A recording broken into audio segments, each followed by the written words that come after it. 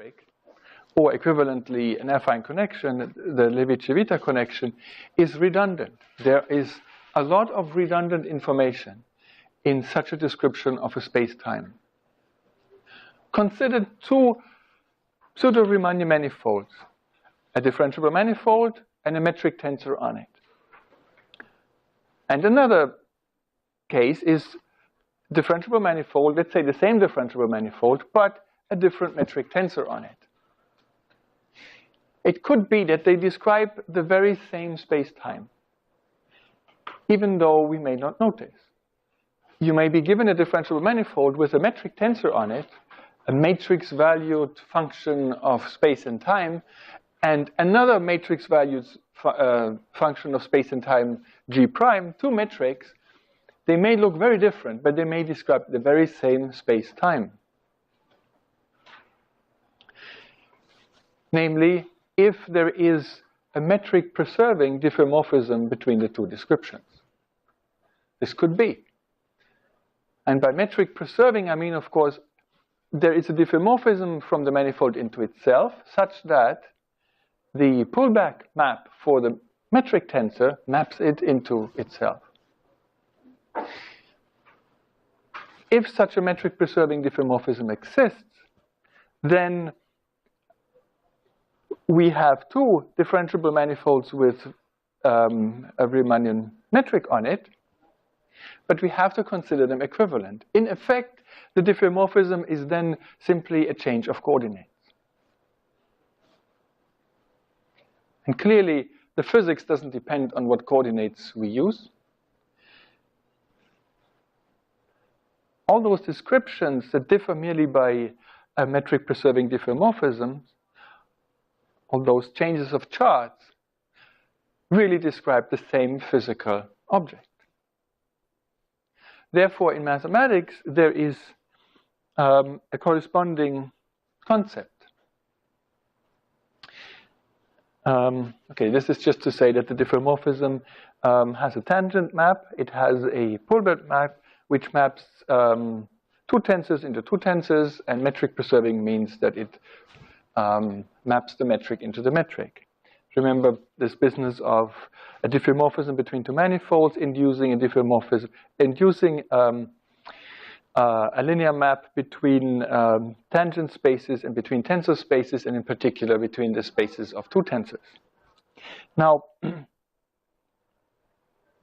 as I said, physically, such two manifolds are the same, and therefore we define a corresponding mathematical object.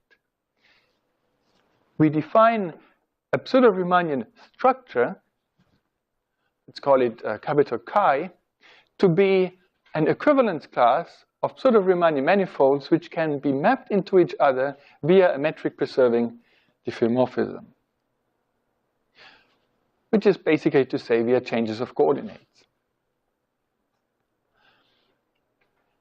So we will model a space-time to be completely accurate. We will model a space-time not through a differentiable manifold with a metric on it, but through an equivalence class of differentiable manifolds with metrics on them, which are equivalent in the sense that they can be mapped into each other by change of coordinates. They differ only by change of coordinates. They differ only by metric-preserving diffeomorphism. So really, a space-time is one of those equivalence classes mathematically. You can pick one element of that equivalence class. It's going to be a differential manifold with a metric. And then, in principle, you can determine all. Now, this might seem like a trivial point, but it's not. It's actually a very, leading to a very deep problem. And it starts with the problem that we cannot really get explicitly hold of those equivalence classes. Imagine somebody gives you two metrics. How do you decide whether or not there is a diffeomorphism that maps the one into the other? How do you try out all possible diffeomorphisms? You can't do that. There is no constructive way to check whether or not two Riemannian manifolds belong to the same equivalence class.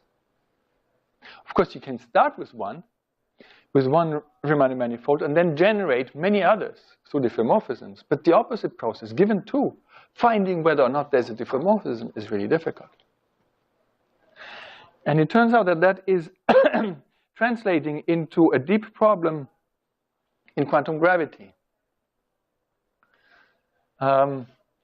It would be nice if we could, just a sec, it would be nice if we could pick in every equivalence class, in every equivalence class of Riemann manifolds, exactly one representative, so that we can talk about the Riemannian structures, because these are the physical objects, the Riemannian structures. If we could do that, if we could pick systematically from every one of those equivalence classes one representative, then the language that would be used for that would be that of fixing a gauge. The freedom of representation, the freedom to choose any one representative of an equivalence class is also called a gauge. That's in analogy to the gauge principle in the standard model of particle physics. It's not the complete analogy, but it's almost. And being able to pick one representative out of each equivalence class reliably, just one, so that we're, not more than one out of each equivalence class, but also not missing any one of the equivalence classes, that ability would be called the ability to fix a gauge. Now, why would that be useful? Why, in fact, is that a necessary skill to have in order to do quantum gravity? So quantum gravity can be done in many different ways, or it can be attempted in many different ways anyway. One, as I said, is to identify curvature by the presence of deficiency angles, that they don't add up to 180 degrees, the angles in a triangle.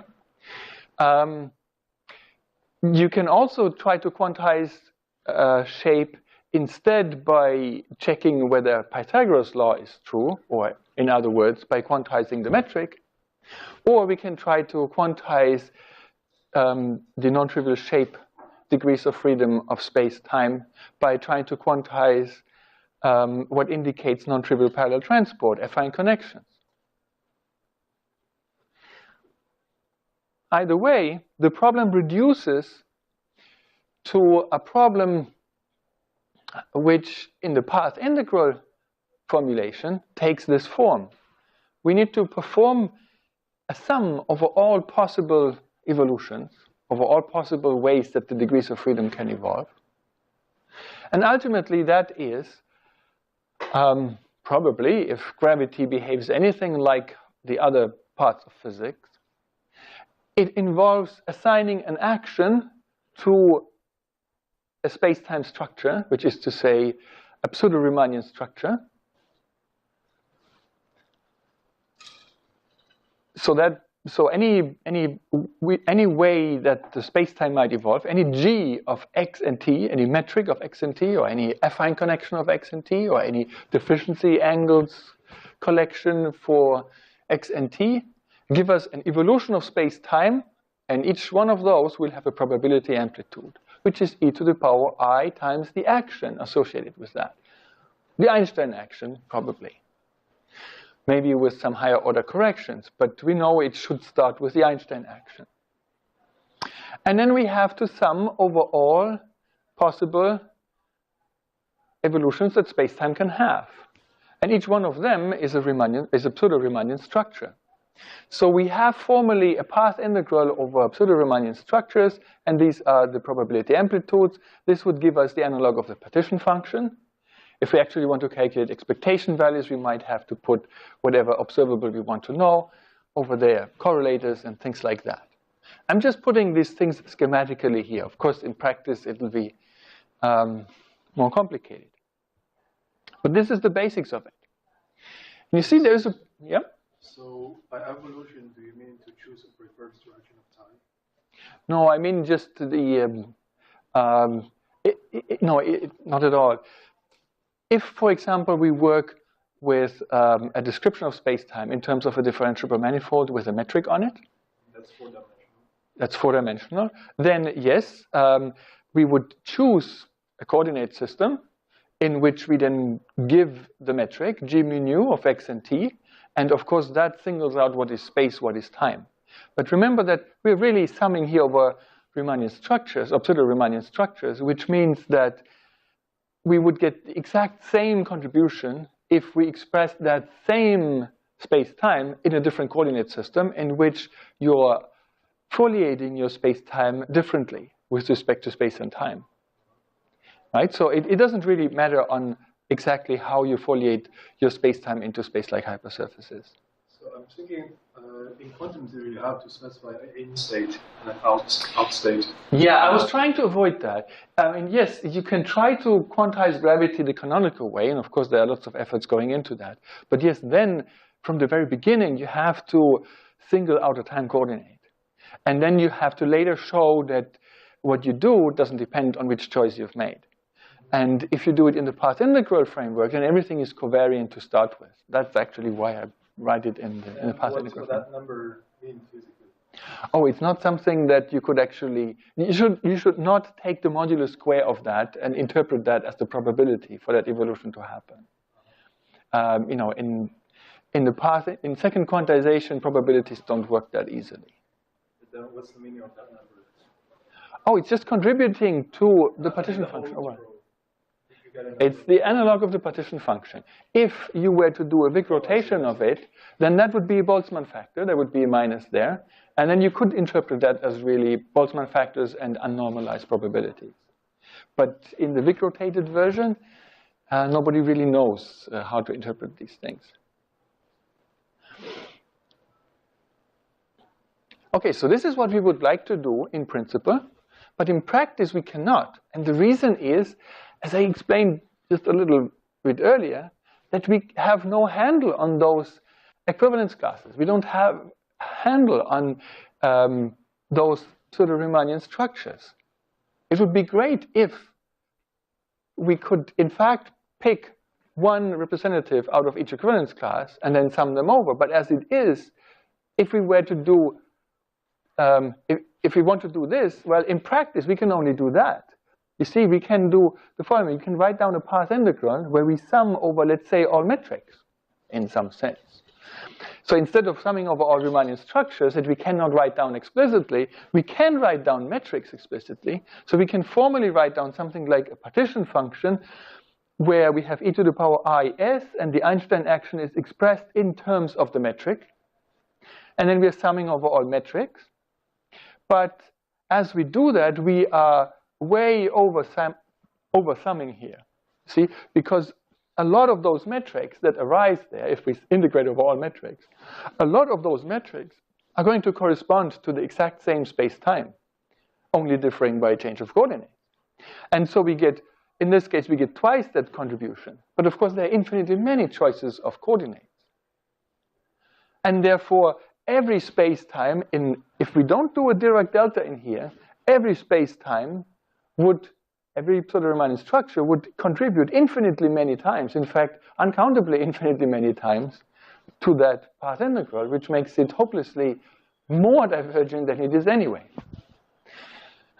So what we really need, in order to get that, is to put a Dirac delta here, which fixes the gauge.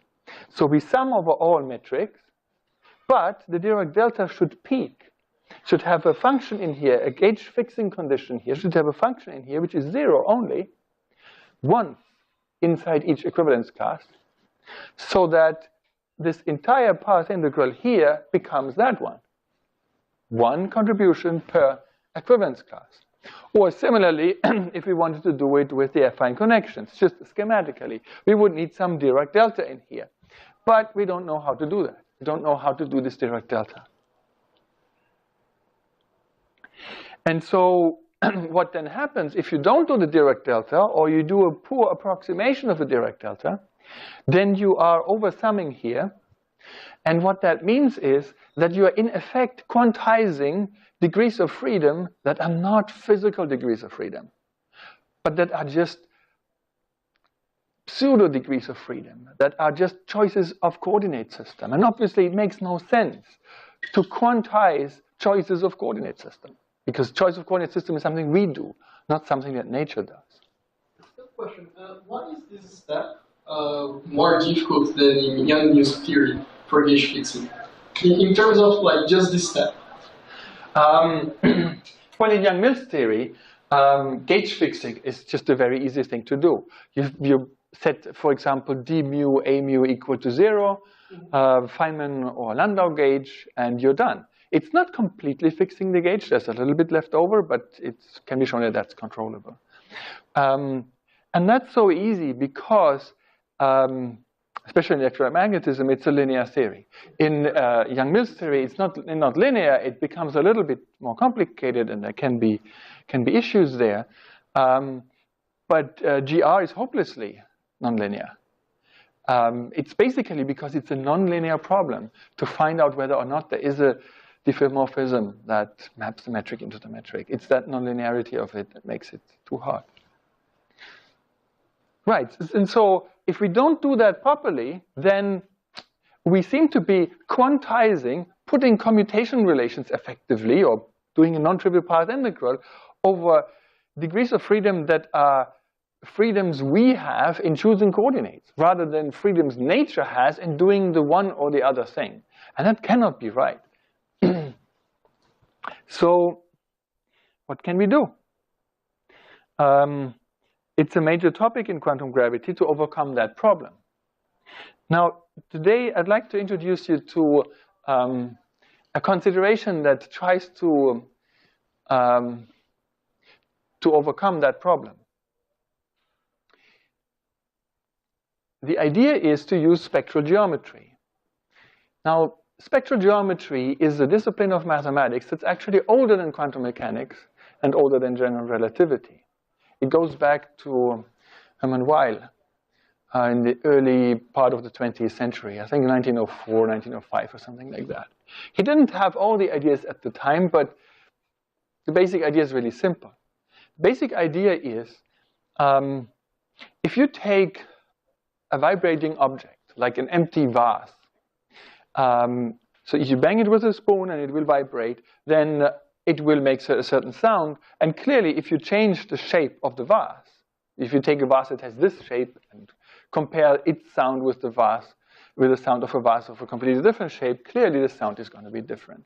And so a question then is, could it be that from the sound we can tell the shape? So that would be tremendous. And that's because the vibration spectrum would be a geometric invariant, or is a geometric invariant. It does not depend on the coordinate system that you use to calculate the spectrum. The spectrum always comes out the same.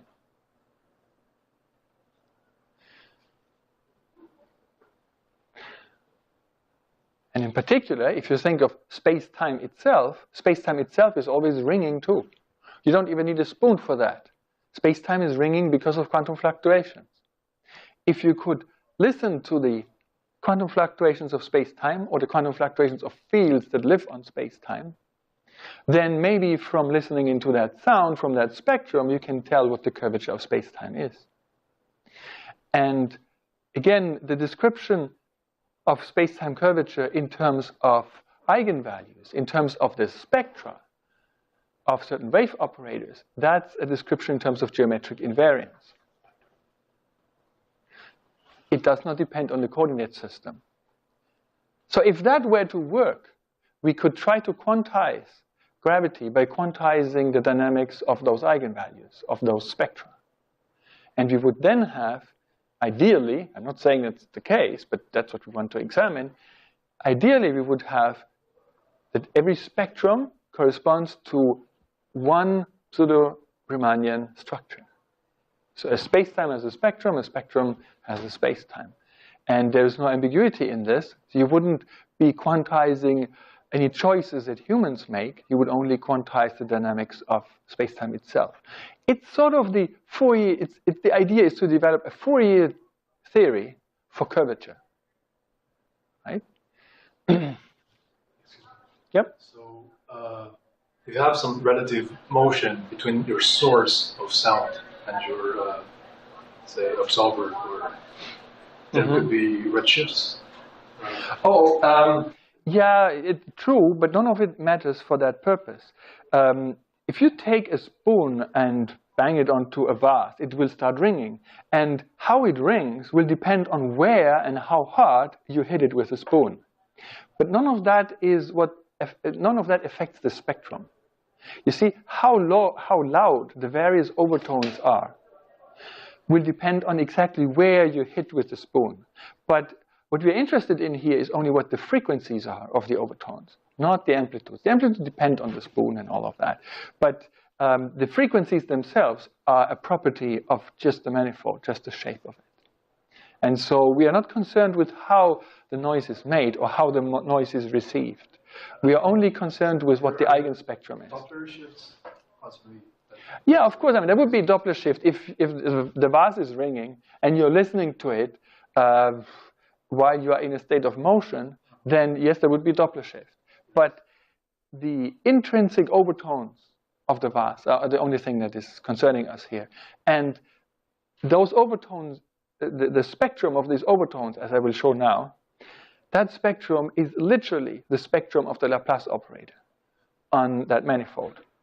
And that's the only thing that matters. It's intrinsic to the manifold. It has nothing to do with the listener, nothing to do with the guy who's wielding the spoon. Okay, so then the key question, though, is, does the spectrum of the vibrating object, or the vibrating space-time, or does the spectrum of waves on a manifold encode all about the shape? If you know just the spectrum, does that allow you in principle to infer which Riemannian structure you work with? Of course, you cannot infer what coordinate system you work with, right? It's totally geometrically invariant. Now, clearly, this cannot be the case when the manifold is infinitely large. Because if it's infinitely large, then the Laplace operator, or if it's a space-time, the D'Alembert operator, will have a continuous spectrum. And the continuous spectrum would be just R, or the positive real numbers, and that would not carry any significant information. So if we wanted to work with an infinitely large manifold, then we should first take it finite, and then perhaps take the limit of its volume going to infinity. But remember that in cosmology, it doesn't really matter whether it's finite or infinite, because we can always assume the universe, we can just take a chunk out of it, which is a few dozen billion light years across, and that is beyond anything we can possibly see. It's larger than what could possibly affect us. So we can assume without restricting generality that the volume is actually finite. Now, spectral geometry has been worked on now for about 100 years. But mostly for Riemannian manifolds, and I will focus today on Riemannian manifolds too. For pseudo-Riemannian manifolds, it's harder. And you will see why. And it's therefore still quite little developed. But you see, the potential payoff is tremendous, because if you can do it, then you have a very nice way of describing the shape of space-times. Basically, a Fourier transformed way of it, which does not rely on coordinate systems at all. Now, the first theorem I'd like to mention is quite useful and powerful for Riemannian spectral geometry. Assume that we are dealing with a Riemannian manifold. So a differentiable manifold has a Riemannian metric, and it is compact, it has a finite volume, and let's say it has no boundary. Then one can prove that the spectrum of the Laplace operators on p-forms is discrete. Remember, there is one Laplace operator. Remember, it's d del plus del d. It's the anti-commutator of the exterior derivative and the co-derivative. There's one Laplace operator, and it acts on p-forms. 0 forms, 1 forms, 2 forms, up to n forms. And we can consider, because it's mapping p-forms into p-forms, we can consider its spectrum on p-forms, and then its spectrum on p+1 forms, and so on. And it turns out that all those spectra are discrete, and they have a finite degeneracy at most, and they don't have, the spectrum doesn't have accumulation points. None of the spectra have accumulation points. Now, so this gives us an opening here. It means that if you take a finite size, finite volume, differentiable Riemannian manifold, then there's quite a bit of information we can gain. So think, for example, of, let's say, thin sheet metal, and we've made a shape out of it that looks a bit like a potato. So, irregularly shaped. And it's a two-dimensional manifold, let's say, two-dimensional Riemannian manifold. You can think of it in practice as a thin sheet of metal that's made into that shape. It's hollow. And then we take a spoon to it, and it will ring, and we record the sound. The question is whether from the spectrum alone, we can infer what the shape of the potato was. Now, and similarly, we could do it for three-dimensional objects and so on. What we have here is several different spectra, namely the spectrum of the Laplacian on one form, zero forms, etc. What does that mean, physically speaking? Well, physically speaking, it means the spectra of waves of different kinds. See, the spectrum of the Laplacian on zero forms, as I will show in a moment, is telling you the spectrum that scalar waves have on that potato, for example. But on the potato, there may be more than just scalar waves. You can have a scalar field with a Klein-Gordon type of equation, for example, living on that potato. And then the spectrum would be given by the spectrum of the Laplacian. But you could also have, on that potato, you could also have, for example, a vector field living, a field of one forms. And then the Laplacian on one forms acts on that. And you could have electromagnetism living there, and so on. You could have higher and higher spin fields live there. And each one of those fields has its own spectrum. You probably know that in seismology, this is important. In seismology, when an earthquake happens or a nuclear explosion, then they record at many different locations what kinds of waves arrive and when they arrive, with what amplitude, and so on. And they know very well that there are two kinds of waves that they should look out for. There are pressure waves. You see, if the initial earthquake will have produced some sort of pressure on neighboring rock, and then that neighboring rock presses on the next neighboring rock, and so on. And so there's a pressure wave propagating, and pressure waves have a certain velocity, and they have certain dispersion, and it's all very well measured, and you can use that to measure distances from an earthquake, and so on. But an earthquake will generally produce not only pressure waves, it will also produce shear waves. Think of this as a piece of rock which is not just moving, but it's tilting. Okay, so if it's just moving, it will exert pressure. But if it is tilting, then it will exert a shear onto the neighboring rock. And then that neighboring rock will say, okay, I'll shear as well, and so on. And so you have a shear wave, which is then propagating through the rock. It turns out that shear waves are tensorial, and they have very different properties from the pressure waves. Propagate at different speeds. They have different dispersion relations, a different relation between energy and frequency. And also what's very important is that shear waves cannot propagate in a liquid, like the liquid interior of the Earth, because liquids are defined as materials that do not support shear waves. Right? Because there's no restoring force to a shear. And this is how the liquid interior of the Earth was discovered. Shear waves reflect off the solid liquid boundary, whereas pressure waves go right through. They get deflected, but they go right through. So what we see from that is that it's very important to know that different kinds of waves carry different kinds of information about what is going on in that manifold. And so here in spectrogeometry, we should expect too that different kinds of waves, scalar waves, vectorial waves, higher form kind of waves, can carry different kinds of information about the manifold. And so if we want to gain the maximum amount of information about the shape of our manifold, we should be listening to the spectra that we get for all kinds of waves. So we should make sure that the spoon that banks on the object is not just exciting scalar waves. It should also excite, one-form waves, two-form waves, three-form waves, etc. And then we listen to all those spectra.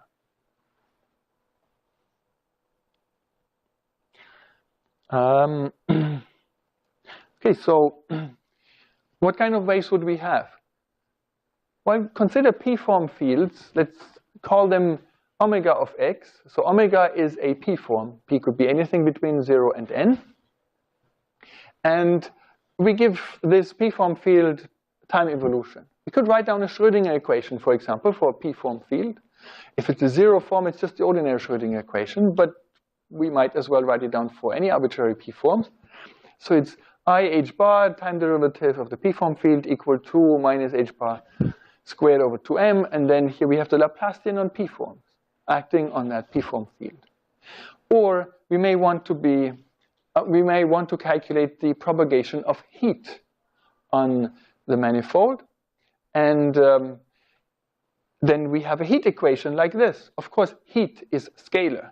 Therefore, we should really use a 0 form, but we might as well consider that heat type of equation also when the form in question is not a 0 form, but a 1 form, 2 form, p form. Or we might consider a Klein-Gordon equation in order to get, just another example.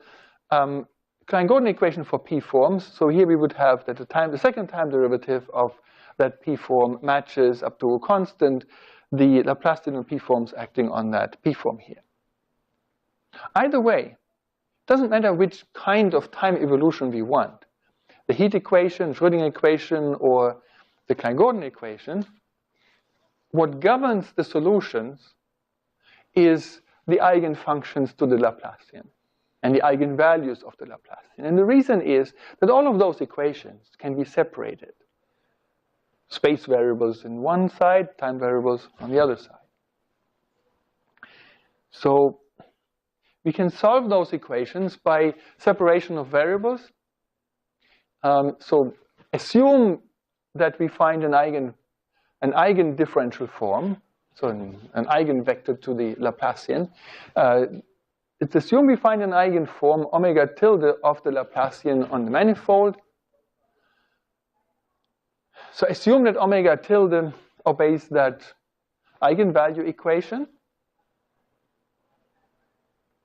Well, then if you put that in here, you will see that if this is an eigenfunction to the Laplacian with a certain eigenvalue, then that eigenvalue will determine the frequency with which it oscillates in time, right? Because you have the time derivative times omega equal to a constant, which is the eigenvalue, times the form again, so you get a certain time evolution that's just governed by the eigenvalue. Which is to say that the frequencies with which the vibration is happening are governed by the eigenvalues of the Laplacian up to those prefactors there that are really, in those prefactors would be encoded, for example, the stiffness of the manifold. That determines the overall frequency with which the thing will vibrate. But in principle, what governs the frequency spectrum is always the spectrum of the Laplace operator on the p-form. Okay, but do they exist at all? Can we really pull this off? You see, are there always going to be eigen differential forms for the Laplace operators on p-forms? Well, they do actually exist. And that is because the Laplacian, if you remember, is a self-adjoint operator with respect to this inner product. And therefore, since they exist, we have, as I just indicated here, if this acts on that, and that's an eigenvector to the Laplacian, well then, the Schrödinger equation, or the heat equation, or the Klein-Gordon equation takes simply this form for each one of those eigenvectors. We have here that if this is the eigenfunction Laplacian, then the time-dependent complete solution to the Schrödinger equation is given by this. Omega is this eigenfunction of the Laplace operator times that. Because as I just explained, the frequency the eigenvalue determines the frequency of the oscillation. And for the heat equation, it would be this prefactor. And for the Klein-Gordon equation, it would be that prefactor. All of this is just to say that the spectrum of the Laplace operator translates literally into what we think of as the spectrum of vibrations, the frequency of the vibrations, the frequencies of the vibrations. So any object that can vibrate has a bunch of resonance frequencies. They are its spectrum, the spectrum of its Laplacian. So what then is the spectrum of the Laplace operator on P form? How much information do we get if we calculate if we measure the spectrum of the various kinds of waves? It doesn't matter whether it's Klein-Gordon or heat or the Schrödinger equation. What really matters is of course only whether it is a P form or P+1 form or P+2 form or so, because it's just the spectrum of the Laplace operator that matters. Okay, so we have different Laplace operators, Laplace delta P, and in the case of seismology, we know that pressure waves and shear waves carry definitely very different information. Now let's examine how different the information is that is encoded in the spectra of the various Laplacians on the various P forms. Now,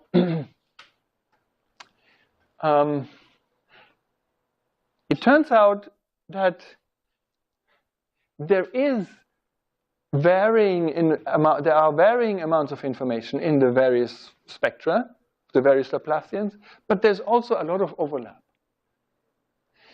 And the reason for that is these three equations. The Laplace operator commutes with the Hodge star operator. And remember what the Hodge star operator does. It maps P forms into n minus P forms. Since those two commute, there will be a very close relationship between the spectrum of the Laplacian on P forms and the spectrum of the Laplacian on n minus P forms. So we shouldn't expect that they carry too much different information. But then also the Laplacian commutes with the exterior derivative, which maps P forms into P+1 forms. And the Laplacian commutes with the co-derivative, and the co-derivative maps P forms into P-1 forms. So again, from that, we should expect that there's a relationship between the spectra on P forms and the spectra on P- and P+ forms. So these spectra are going to be interconnected. How much is left over? Let's analyze that. So let's analyze the relationship between the spectrum of the Laplacian on P forms to the spectrum of the Laplacian n minus P forms and P+1 forms and P-1 forms. Let us start with the first equation that we can use, that the Laplacian commutes with the Hodge star operator. Well, this will go quickly. Assume that omega is a P form, which is actually an eigenform to the Laplacian. So, Laplacian acting on omega gives you some number times omega. So that's an eigenvalue of the Laplacian on P forms. Then, from that, we can generate very easily an eigenfunction to the Laplacian on n minus P forms. Namely, if this is an eigen P form, then consider nu the star of omega, which is an n minus P form, and let's apply the Laplacian to it.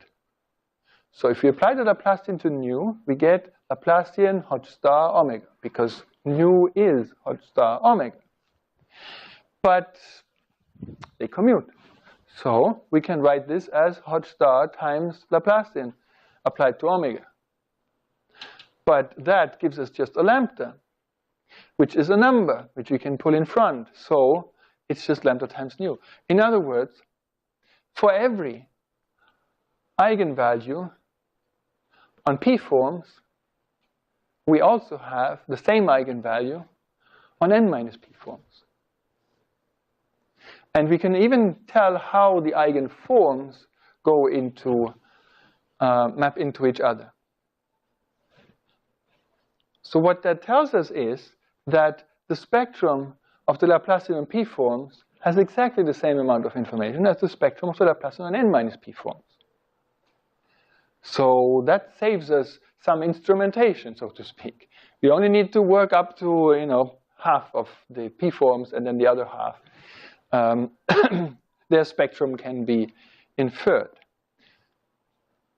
See, in principle, in seismology, you have the pressure waves, you have the shear waves.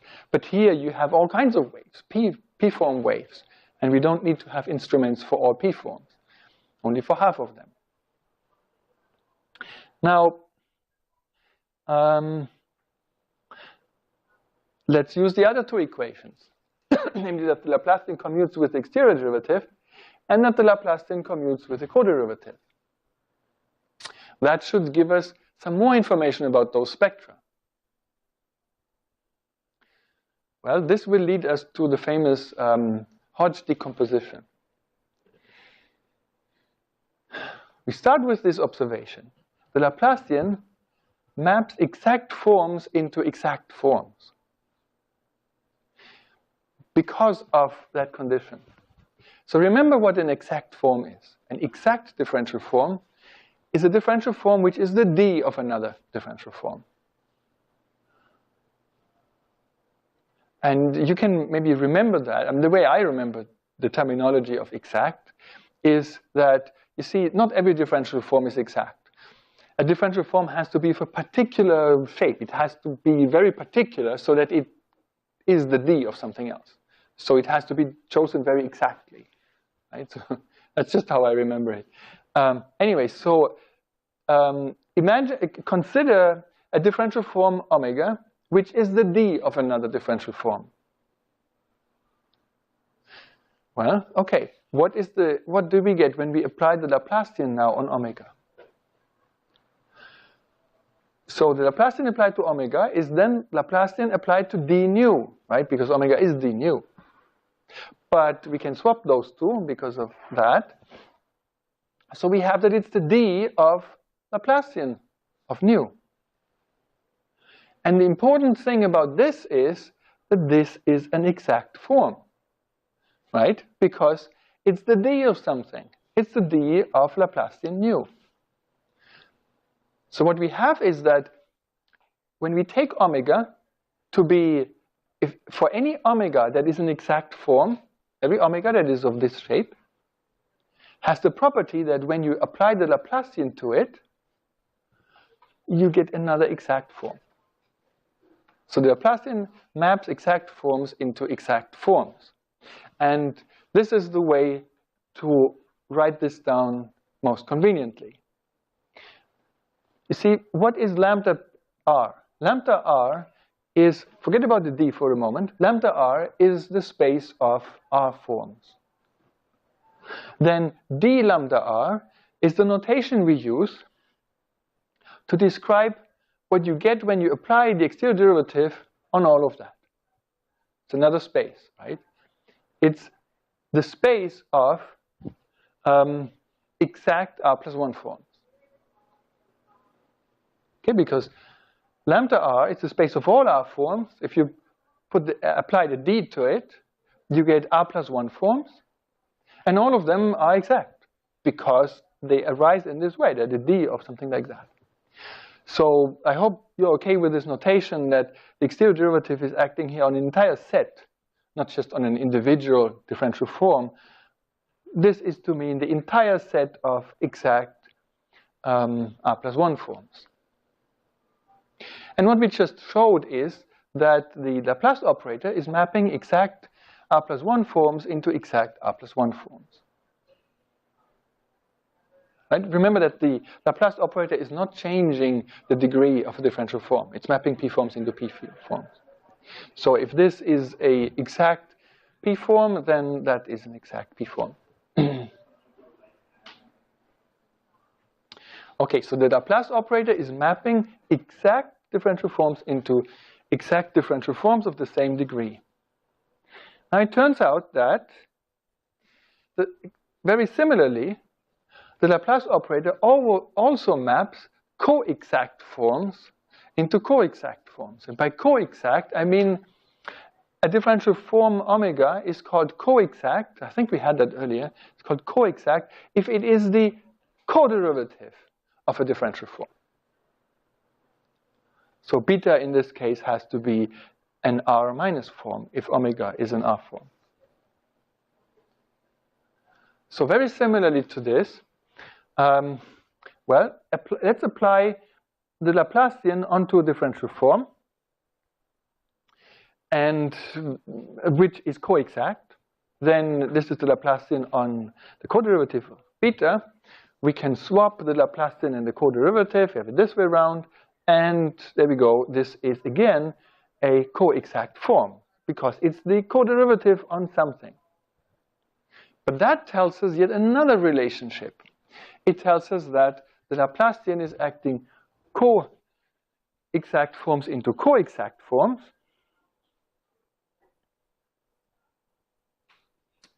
Well, and finally, the Laplacian may also map differential forms into zero. Let's consider that case especially as well. What is that space? Well, the space of differential forms that is mapped onto zero by the Laplacian is simply the kernel of the Laplacian, simply the eigenspace of eigenvalue 0. Remember, the Laplacian is a self-adjoint operator, and it may or may not have 0 in its spectrum. The spectrum is going to be real, but a 0 may or may not be in its spectrum. If it is, then that's what we're talking about here, the eigenspace to the Laplacian. By the way, we said earlier that if the manifold in question is a compact Riemannian manifold without boundary, then the spectrum is discrete. It's technically a point spectrum, even without accumulation points. That is guaranteeing for us that we really have eigenvectors that are normalizable with respect to the inner product on differential forms.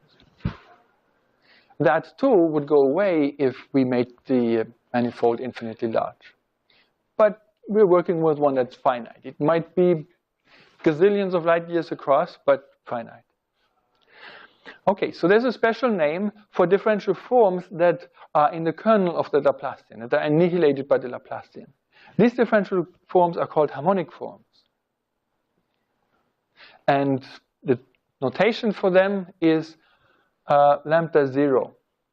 So the R forms, differential R forms that are annihilated by the Laplacian are called the differential, are called the harmonic R forms. And the 0 up here indicates 0 eigenvalue. So the Laplacian is mapping the space of harmonic R forms into 0. Okay, so what we have is that the Laplacian is mapping exact forms, exact P forms into, or R forms into exact R forms. It's mapping co-exact R forms into co-exact R forms. And it's mapping harmonic R forms into 0. Eventually, of course, we want to translate that into information about the spectra and how they might be related. Okay, so the Laplacian maps this space into itself, that space into itself, and that space into 0. Is there any other space that the Laplacian acts on? It turns out no, that's complete. And that's the famous Hodge decomposition. It turns out that the space of P forms uniquely decomposes into exact P forms, co-exact P forms, and harmonic P forms, where this direct sum here indicates not only that this is the linear span of those three spaces, but also that this space is orthogonal to that space, is orthogonal to that space.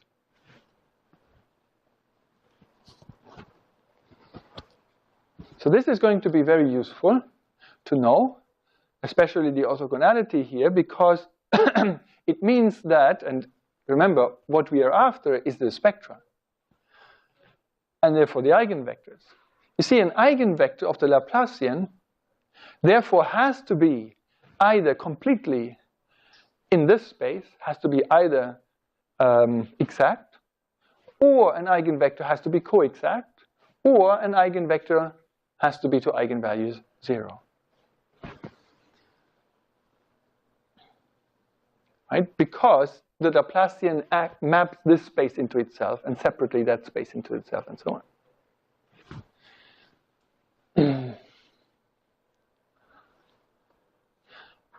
Let's prove a little bit of this. I wrote up the entire proof, but it's probably too tedious to go into all of those proofs. Let me just show you some of the things. Okay, so it's clear that the space of exact p-forms is in particular contained in the space of all p-forms. See, exact p-forms are what this notation is, and these are the co-exact p-forms, and they are, of course, in the space of all p-forms as well. One of the things we have to show in order to show the Hodge decomposition here, one of the things we have to show is that these two guys are orthogonal to each other.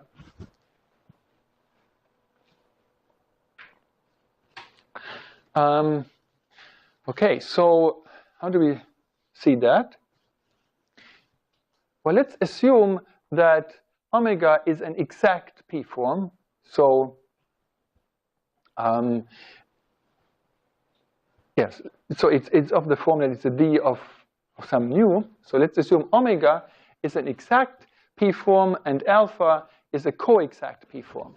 So one of them is in here, and the other one is in there. We need to show that they are orthogonal to each other.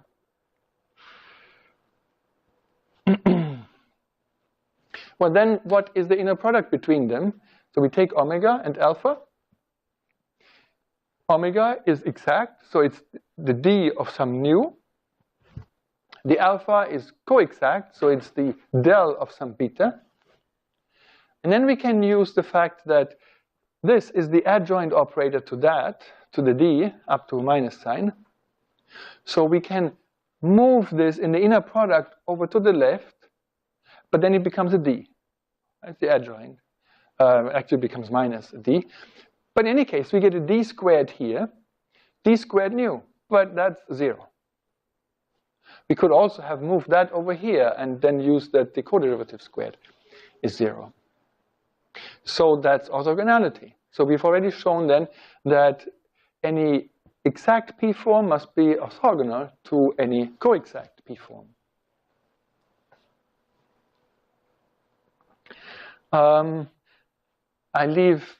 Okay, we also have to show that if omega is a p-form and omega is orthogonal to the exact forms and orthogonal to the co-exact forms, then it can only be in the remainder of what the Hodge decomposition says. If a p-form is orthogonal to this space, orthogonal to that space, it's got to be a harmonic form. It's got to be in there.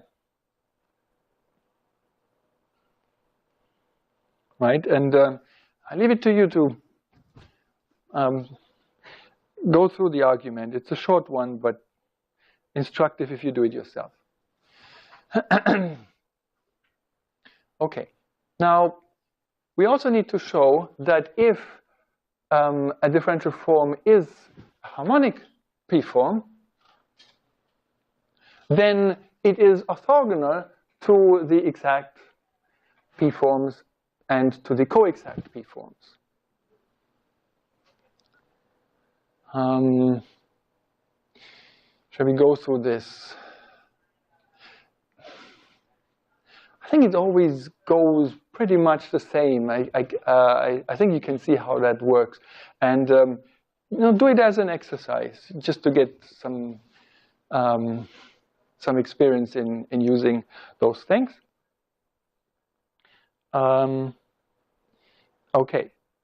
So our conclusion so far, I mean, this then completes the proof of the Hodge decomposition.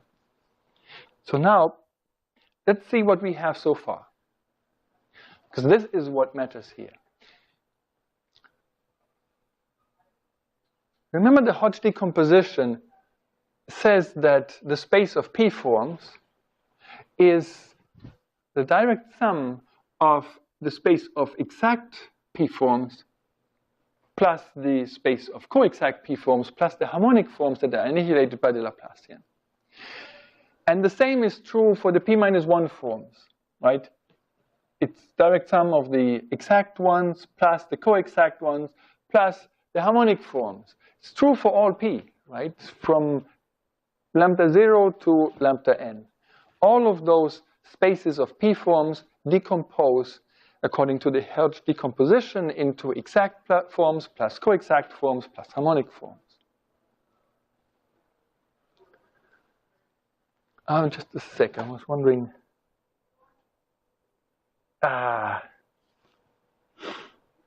There is something important I want to show you in there. Okay, let's go through this proof here. Okay, so we want to show that if a form is harmonic, then it is orthogonal to the exact forms, orthogonal to the co-exact forms. Okay, so assume that omega is a harmonic p-form. So it's annihilated by the Laplace operator, which is to say that, this is the Laplace operator. Acting on omega is equal to 0. And that means in particular that since this part alone is 0, if I take the inner product with omega again, that's also 0. Now, let us spell this out. You see, this is two terms really, and for each one of those terms we can move, in this case, the d over to that side, and in that case, the del over to that side. And so this expression becomes the sum of those two expressions. But that is the norm squared of a vector. And that is the norm squared of a vector. So both of them are positive. But since the sum of them is equal to 0, each one individually is vanishing. And from that we can tell that the co-derivative of omega must be vanishing, and the exterior derivative of omega must also be vanishing. So we have co-derivative of omega is equal to 0, and exterior derivative of omega is equal to 0. So what we can conclude from this so far is that every harmonic form is automatically obeying that the co-derivative of it is equal to 0. But what does that mean? It means that it is co-closed. And the fact that the exterior derivative of it acting on it is 0 means that it is closed. Right? Remember the difference between closed and exact differential forms. If the space is contractible, then they are the same, but generally that's not the same. Okay, so what we have here is that harmonic forms are closed and co-closed. If they annihilate a form, differential form that's annihilated by the Laplace operator, will obey these two conditions. So it's closed and co-closed. But we didn't show that they are exact or co-exact.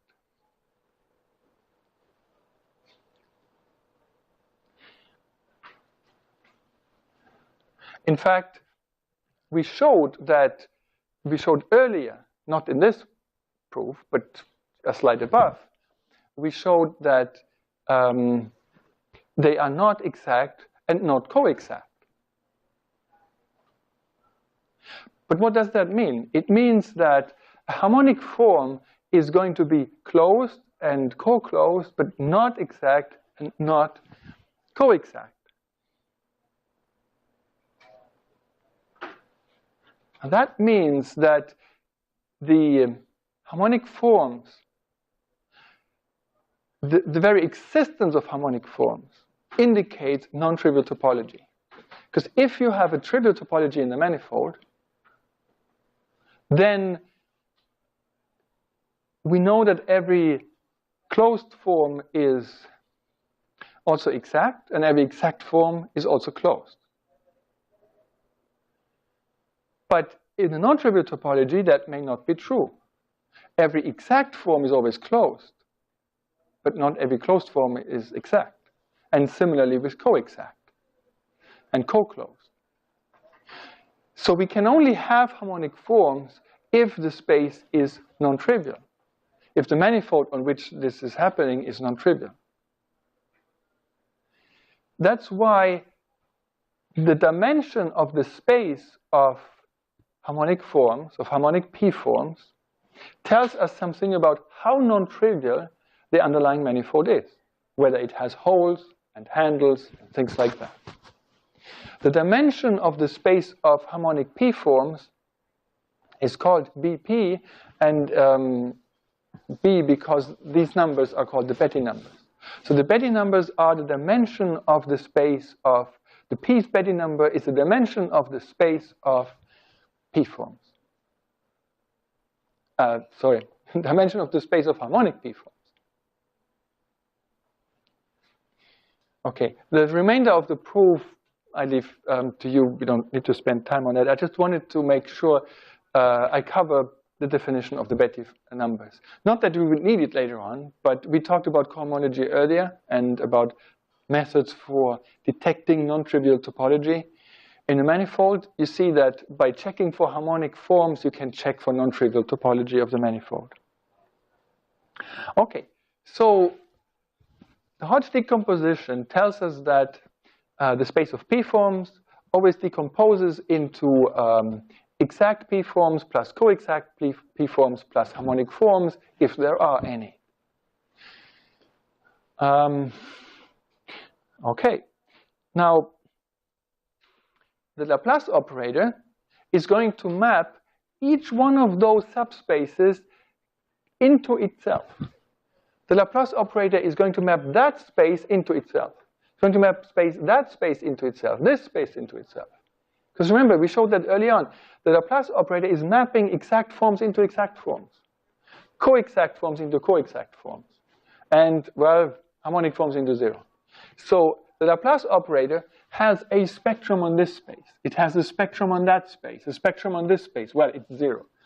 But the degeneracy is still interesting because this degeneracy is the degeneracy of the eigenvalue 0 of the Laplacian p-forms is the P's Betti number, which tells us about the topology of the space. Okay, so the Laplacian has a spectrum on this space, spectrum on that space, spectrum on this and that. It has separate spectra on each of those. It maps these spaces into themselves separately. And the Laplacian is 0 on all of those spaces. So let's see, what can we tell about the spectra on those individual spaces and how much of them is independent information, just like shear waves and pressure waves, and how much is really related to each other. So we're going to look at the spectrum of the Laplacian on exact R form, or in this case, R+1 forms, the spectrum of the Laplacian on co-exact forms, and the spectrum of the Laplacian on harmonic forms is, of course, always 0. So we are interested in these spectra there. Turns out that these spectra are indeed related. And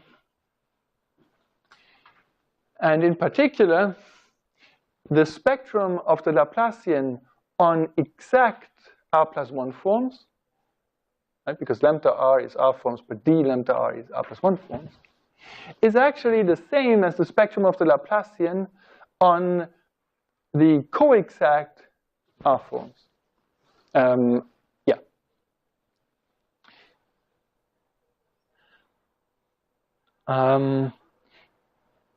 And for each eigen, the eigenvectors map into each other as well. So before we prove that, let me explain what that means. What that means is that when we take the Hodge decomposition for each one of the spaces of p-forms, from 0 forms up here to n forms down there, then what we find is that the space of p-forms, as usual decomposed into exact, co-exact, and harmonic forms, has the property that the spectrum of the Laplacian on those p-forms, on the exact p-forms, is actually identical to the spectrum of the Laplacian onto those co-exact forms. And similarly, the spectrum of the Laplacian on these exact forms is going to be the same as the spectrum of the Laplacian on those co-exact forms. So that means not separate information. They carry the same information, these spectra. But let's prove that. So assume that the Laplacian is, let's assume that lambda is an eigenvector of the Laplacian on R+1 forms. With an eigenvector, let's assume lambda is an eigenvalue and lambda is its eigenvector. Then let us consider the co-derivative of this omega. Call it nu. That's going to be in this space, obtained by taking the co-derivative of the space of R+1 forms. Because omega is in the space of R+1 forms, if you apply the co-derivative on it, then you have that.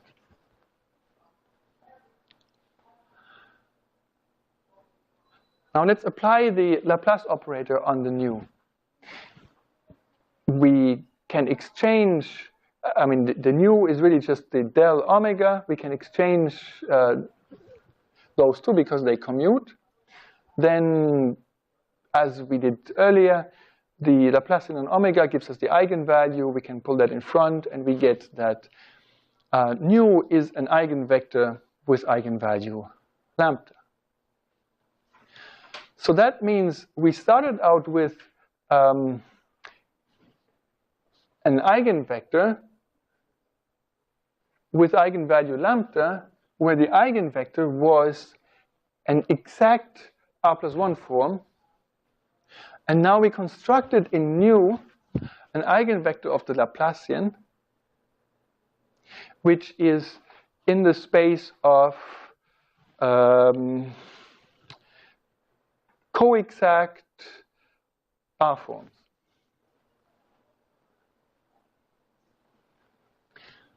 And the converse works as well. But again, let me skip that. It's the same way of calculating that. So that proves that claim here, namely that the spectrum on this space is the same as the spectrum on that space. Now, let us use what we established up front, namely that because of the commutativity of the Laplacian with the Hodge star operator, we have that there's a close relationship, in fact identity, between the spectra on p-forms and n-minus p-forms. Remember, the Hodge star is mapping p-forms into n-minus p-forms, and we can prove the proposition that it maps exact R+1 forms into co-exact n-minus R-1 forms.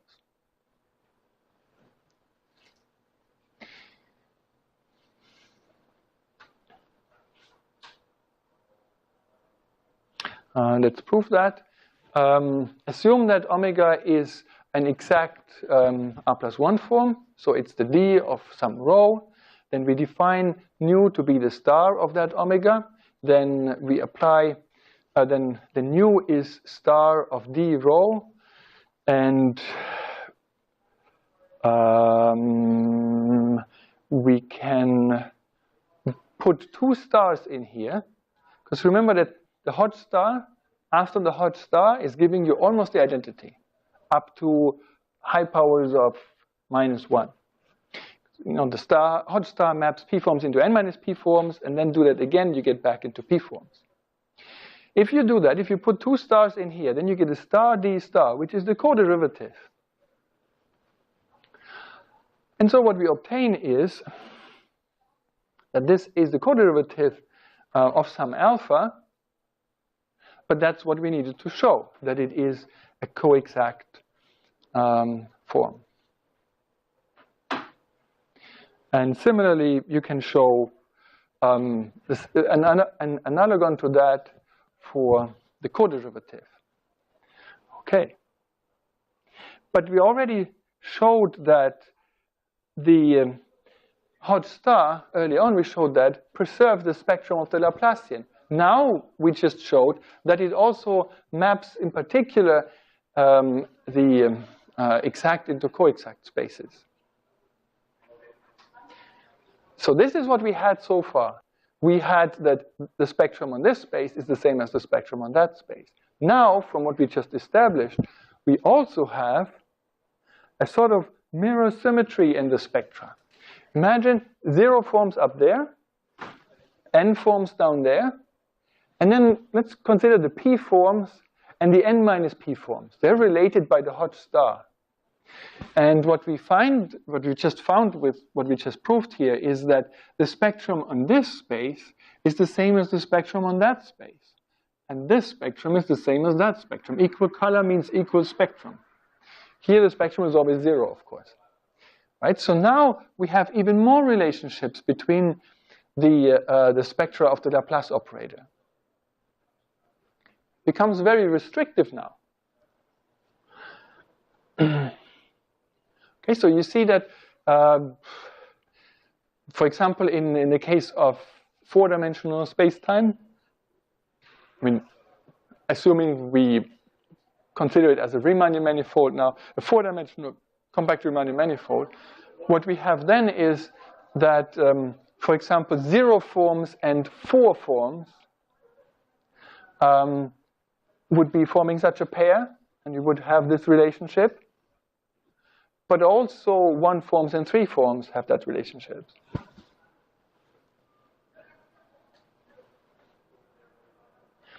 Let's work it out explicitly in the case of 3-dimensional manifolds to see how much information do we really get inspired by the seismology analogy. Well, not that much. You see, the space of 0 forms doesn't contain exact forms, because a 0 form is never the d of another form. It would have to be a -1 form or something, right? So 0 forms have only consist of a space of co-exact forms plus harmonic forms potentially, and then the usual Hodge decomposition. And then on a 3-dimensional manifold, the space of n forms, in this case 3 forms, can only have exact forms in it, but not co-exact forms, because they would have to be the d of something that's 4-dimensional. But our manifold only has 3 dimensions. And what we saw from the Hodge star analysis was that the spectrum on this space has to be the same as the spectrum on that space. Spectrum on this space, same as on that, and that. So what we see here is that equal color means equal spectrum. So there is the blue spectrum and there's the red spectrum. There's actually relatively little information there. In fact, if you consider only scalar waves in 3 dimensions, only scalar waves, then you are only getting this spectral information, and you're definitely missing out by not measuring vector waves. But if you measure vector waves only, then you get both the blue spectrum and the red spectrum, and you have everything. You have this spectrum and all the others. So in fact, it suffices in principle to measure the spectrum of vectorial waves in 3 dimensions, and you get all spectral information that you could possibly have. Except you can't tell them necessarily, depends on the instrumentation, whether an eigenvalue belongs to this or that. For that, you would also have to find the eigenvectors. But we're only interested in the eigenvalues, and if we do so, then, well, you get the scalar spectrum from here, and then the red spectrum from there. But you see, it's a bit disappointing. There's not much information in there. And if you go to higher dimensions, to 4, as if, let's say, for space-time, then you don't get that much more. In fact, I leave it to you as an exercise to work it out for 4. You don't get that much more information. Which is a bit surprising, perhaps, but that's how it is. Now,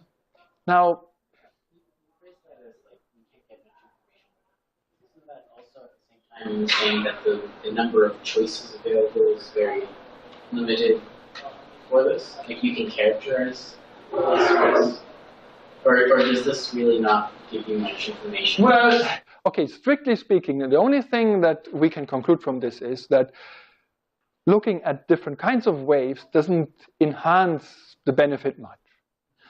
But it could be, of course, that this is completely sufficient already, right? We haven't established that yet, okay? Okay, so then it turns out in the literature, let me give you a bit of an overview. It turns out in the literature that actually those spectra don't suffice. They don't.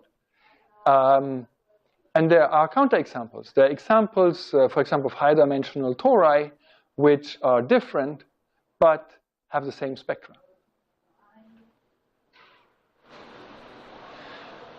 Now, it turns out, though, that those counterexamples are, as far as physics is concerned, of relatively limited significance. These are manifolds that are locally, if not globally, not isometric. Manifolds that are isospectral only with respect to some of the Laplacians, but maybe not all of them. Manifolds that are, for example, discrete pairs. That wouldn't be so bad for quantization. As long as you have just a finite redundancy, it's not so bad.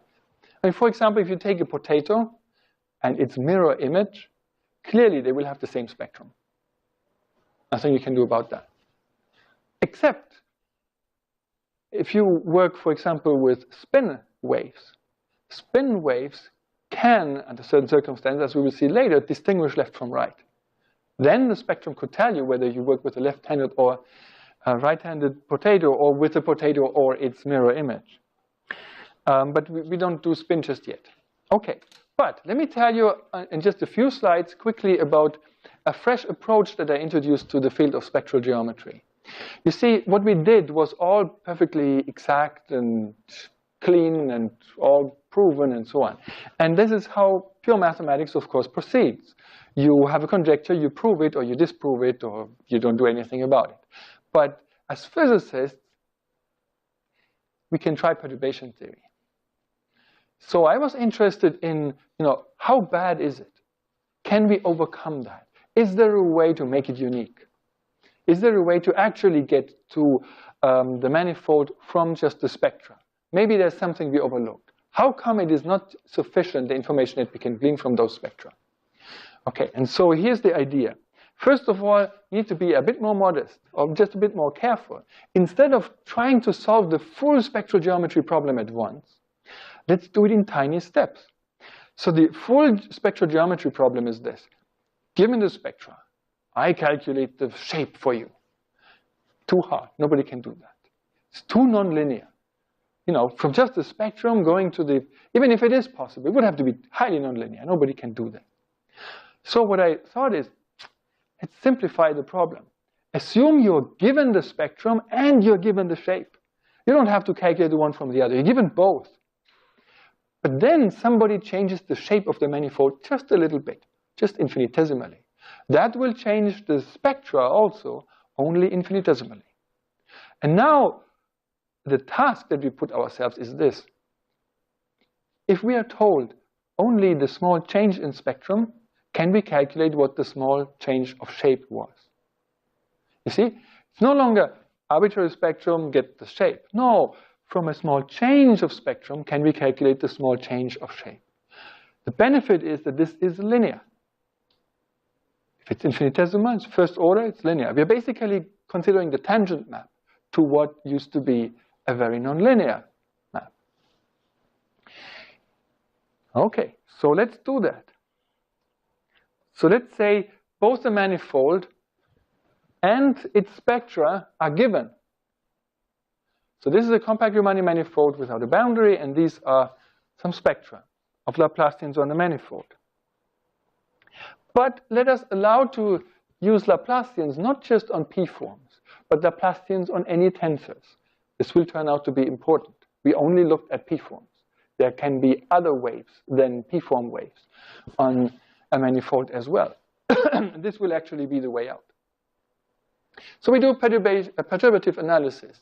Let us change the shape of the manifold slightly by perturbing the metric. So we let the metric go into the metric plus some small perturbation h. This will slightly change the spectra in a highly nonlinear way, but just for this analysis, we can certainly already conclude that the eigenvalues, the spectra, see I labels the Laplacian, you know, Laplacian on scalars, Laplacian on 3 tensors or whatever, and n labels the eigenvalues for that spectrum. So those spectra will be perturbed by some discrete set of numbers as well. Now, why is that useful? Well, it turns out that we can expand this process in a basis and get coefficients for this expansion, for this perturbation. Here we have coefficients for the perturbation of the spectrum. Here we will have coefficients for the perturbations of the shape. And there will exist a linear map from these coefficients of shape change to these coefficients of spectrum change. And our task is to see if that linear map is invertible. Because then we can calculate small shape changes from small spectral changes. And if we succeed with that, we have a shot at solving the original problem. Because we can then try to iterate this. We can iterate infinitesimal spectral geometry to arrive at finite spectral geometry. So you change the spectrum little by little by little towards a target spectrum. All along, you're changing the shape little by little, and you arrive at the target shape. But along the way, we should find out why it is that there were ambiguities, why the spectra that we considered so far were not sufficient. Well, here is how we find out what the problem was. Define a self-adjoint Laplace operator on the space of covariant two tensors. That's not one of the Laplace operators that we've considered so far. We've only defined Laplace operators on differential forms. Two tensors are not differential forms in general. Like the metric is not a differential form. Now, this Laplace operator, we make sure it's a self-adjoint second-order differential operator acting on the space of two forms, covariantly defined. There are ways to do this. We will talk about this later. So we have a self-adjoint Laplace operator acting on the space of two tensors, or did I say two forms? Two tensors such as the metric. And then, by the spectral theorem, it will have an eigenbasis, an orthonormal basis of the Hilbert space. Let's call those two tensors Bn of x. So we have now a decomposition of the self-adjoint Laplacian on two tensors, and this is the eigenbasis of it. In fact, we could restrict the tension to just the symmetric two tensors because the metric is of that kind. Okay, so now we have this expansion of the metric in terms of its Laplacian. And that means that we can expand the perturbation of the metric in that basis. Remember, this was the perturbation of the metric. We have a perturbation of the shape, the metric, and we have a perturbation of the spectra. Okay? So now, to parameterize the change of spectrum is very easy. Just some coefficients, some numbers by which the eigenvalues change a little bit. But how do we parameterize the change of the metric? Well, we can do it canonically in the eigenbasis of the Laplace operator. So let's do this. So the H is the perturbation of the metric. It's a covariant symmetric two tensor. It has an expansion in terms of the eigenbasis of the Laplace operator. And so what we now have is the eigenfunctions of the Laplace operator on symmetric two tensors. And here these coefficients describe the change of shape. So if you want a manifold to grow a bump or a dent, then you have to add h to its metric. And you can specify your h by specifying this bunch of numbers here. the coefficients in the expansion. And as you do that, you change the sound of the manifold. So the eigenvalues of this Laplacian on two tensors, and symmetric covariant two tensors, the eigenvalues will change as your manifold grows a bump or a dent. Okay, so as you pick numbers here, you will induce numbers over there. Right? You change the shape by perturbing G by 8, and you change correspondingly the sound to get this change in the spectrum. Therefore, there's got to be a linear map, because it's infinitesimal to infinitesimal. It's got to be a linear map that maps these bunch of numbers into that bunch of numbers. Okay, so our manifold here maybe used to be smooth, now it grows a pimple.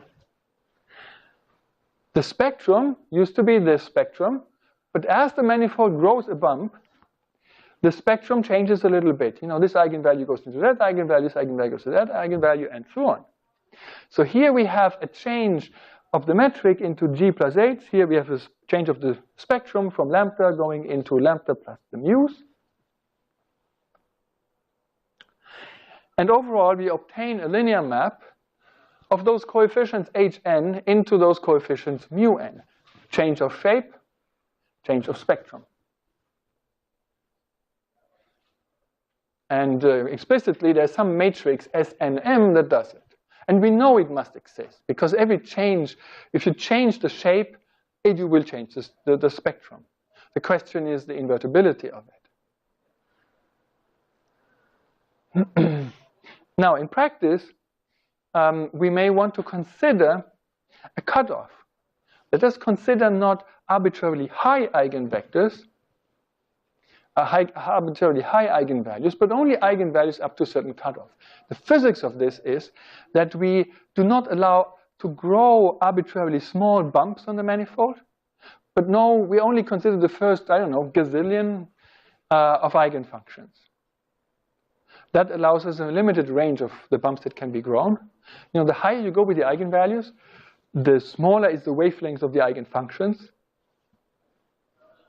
Or in other words, it's as if we had finite vision. We cannot really resolve with our eyes exactly the tiniest of ripples onto the manifold. So let's say we have finite vision, and that also corresponds to, because it's a cutoff on the spectrum, it also corresponds to a finite amount of hearing.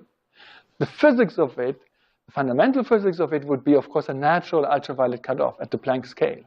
The assumption that there are no wavelengths smaller than such and such, there are no frequencies higher than so and so. That makes it easier to analyze the invertibility of this problem.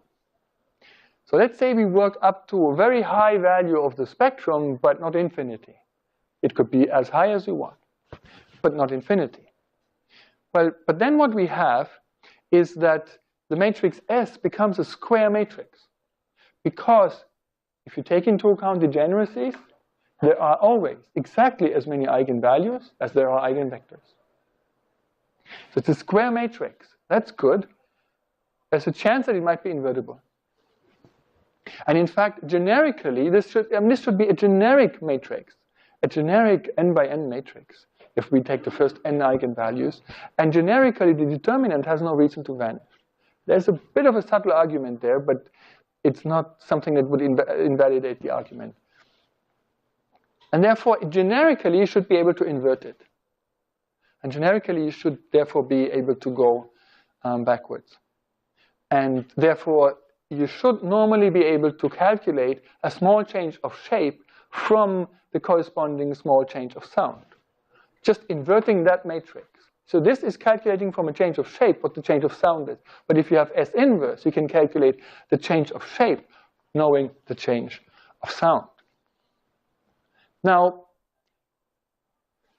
let's see. Right. Now, what about the ambiguities that we had discussed earlier?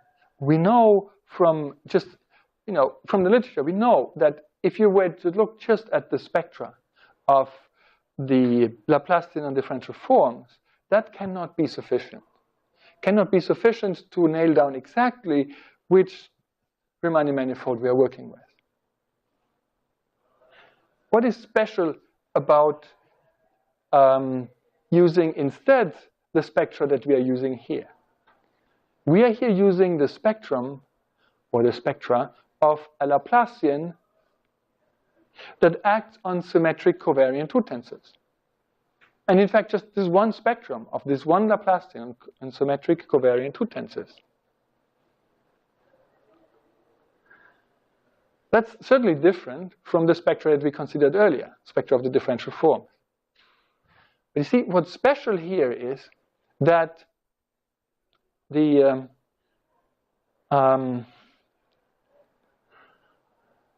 okay, let me discuss the relationship between the two. It turns out that the perturbations of the metric can be decomposed into three parts. Into a part that is of scalar origin, into a part that is of vectorial origin, and a part that's truly tensorial. Now, you may have heard of that in the cosmic microwave background, in principle, there are scalar perturbations, vectorial perturbations, tensorial perturbations. For example, what BICEP 2 was looking for in cosmology was gravitational waves. They would have been tensorial perturbations of the metric. Whereas what we see as temperature distribution, as the temperature map of the cosmic microwave background, that is the scalar, originates mostly in the scalar perturbations of the metric. There's a bit of a cross interaction between the scalar and the tensorial part, and in cosmology we expect that there is no contribution from the vectorial part. But this goes beyond what we can cover in this course. But the Laplacian on symmetric covariant two tensors, like the metric, decomposes in effect into three Laplacians. The Laplacian on what is effectively a scalar degrees of freedom, vectorial ones, and tensorial ones. And the scalar part we get also from the differential forms, differential zero forms. The vectorial part we can get possibly from the one forms. But there is a remaining tensorial part that the Laplacian on metrics knows about. But no Laplacian differential forms knows about that. That's extra information. So the way we so this tells us that we can only possibly succeed in having a one-to-one map between small changes of shape and small changes of sound is if we listen to not just any kind of waves that the manifold might support, but we need to listen to those kinds of waves, the spectrum of that kind of wave that the metric itself supports. And these are symmetric covariant two tensor waves. Right? The metric can be perturbed by that. Perturbing the metric is exactly the same as what vibrations of the metric are doing, what vibrations of the manifold are doing. So we should not care about vibrations in terms of p forms, where p is 3 or whatever, because the manifold itself doesn't have that as a degree of freedom. What we should care about is the sound and the perturbations that the metric itself has. So we would need symmetric covariant two tensors. Anyway, starting from here, roughly, I gave a talk in September in this room as part of a conference, and here is the link to that talk, and have a listen to that. You will see how this all fits into the physics of it, and that talk is less technical than what we did in this course. So you can certainly follow what's going on in there. It's all about the physics of it, whereas here we did the math of it. All right. Okay, so, and I should say that with the student, and that is a later talk in the same conference, with the student we actually tried it out. So we said, okay, let's do that for explicit examples, and we calculated shapes from sound, both for curvature, but also for the detection of boundaries and so on. So it actually works. What's the difficulty of pseudo-Riemannian manifold? Well, the metric in the inner product in the space of differential forms is no longer positive. And so assumptions of self-adjointness and orthogonality, especially orthogonality, will not hold. And that is a problem. Yeah. So in order to apply this to space-time, there are two strategies. I'm pursuing both. One is to do it, to make a huge effort and try to overcome those problems with the indefinite inner product and so on. That's one way of doing it. And the other way of doing it is to rely on Wick rotation, which is an analytic continuation of the time variable so that it becomes like a space variable. And then instead of working with the pseudo-Riemannian manifold, you work with a Riemannian manifold where you can use those tools. The difficult part is to get back then from that to the Lorentzian case. But it's, I mean, this sort of thing, the Wick rotation is done routinely. It just hasn't been applied to this approach yet. So a lot is known about it. Okay, sorry I went over time, but I do have some time for questions if you have some. Okay, and the next thing